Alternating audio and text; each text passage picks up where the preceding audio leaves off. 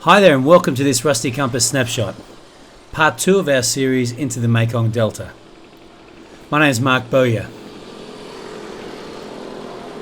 In the first part of this little series of 2, we focused on Vinh Long and Can Tho, two of the most popular destinations for travellers spending a few days in the Delta. In this second video, we're going to take a look at Ben Chair and Cha Vinh, two less frequently visited spots that are interesting for very different reasons. One of those being that they're off the radar for most travellers.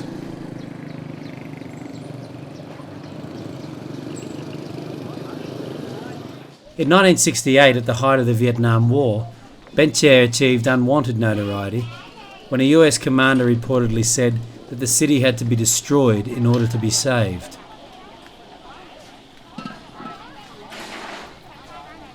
Happily, there are few signs of those terrible days, and Ben Chair's fame these days across Vietnam is for coconuts and coconut candy. Just taking a late afternoon cycle along these lanes, just outside of Ben Chair, just literally straight out of Ben Chair in fact. Lovely way to spend the last part of the day.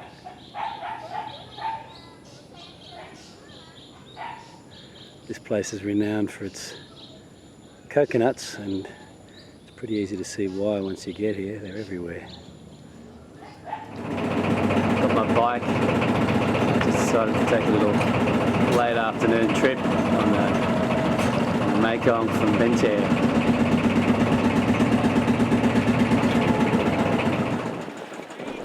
And guess what? More coconuts. This time they were flying.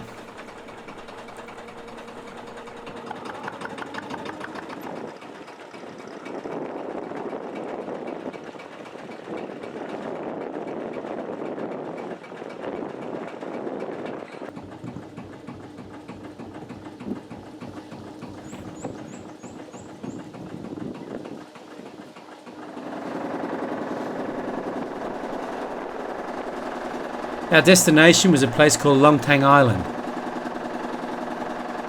There are a handful of huts there that make for a very nice homestay right in the middle of the river.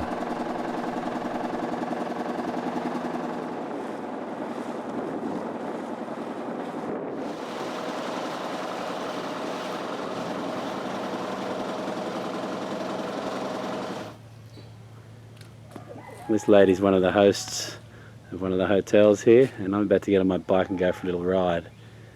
This might well be the kind of thing people should be doing when they come to the Mekong Delta. Oh, xin lỗi.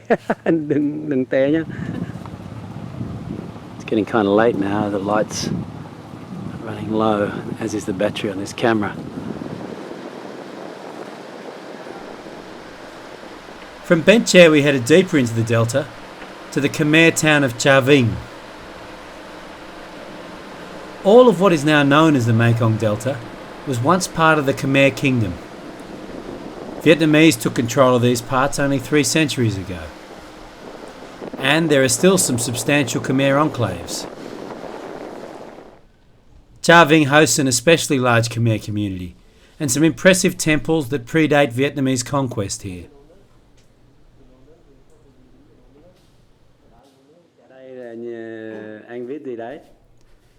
And the monks give a warm welcome too. This monk reading to an Australian in Vietnamese from Khmer script.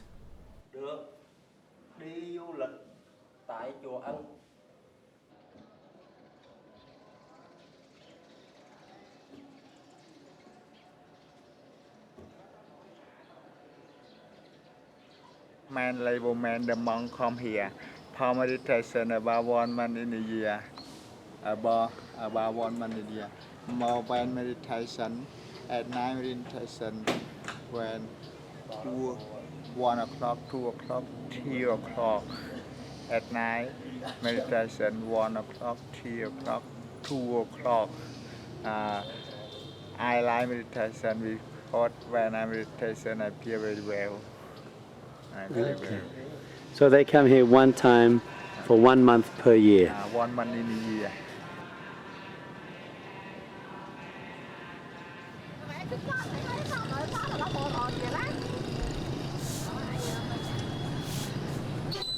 I started the next day exploring Chao Ving's market area, where the Khmer influence is far less pronounced.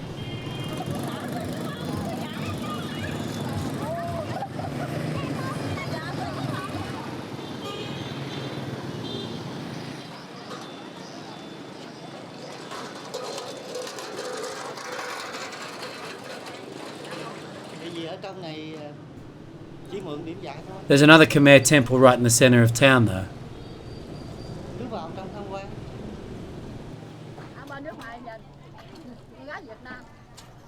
After a quick look at town, I jumped back on my motorbike and headed into the countryside.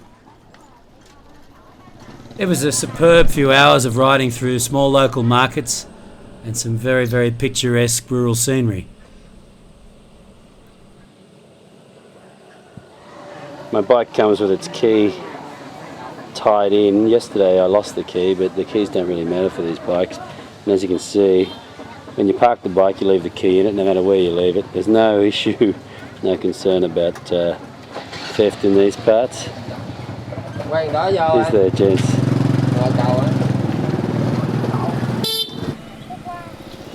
The rice drying on the side of the road is always a good sign. It tends to suggest there aren't a whole lot of trucks using the road. It actually reminds me of the early 1990s when Highway 1, the main highway between Saigon and Hanoi, looked like this. It was, for large parts of the year, it was half covered in drying rice. So yeah, the roads around Chao Ving are well suited to cycling and motorcycling. For more information on travel in the Mekong Delta, check out rustycompass.com.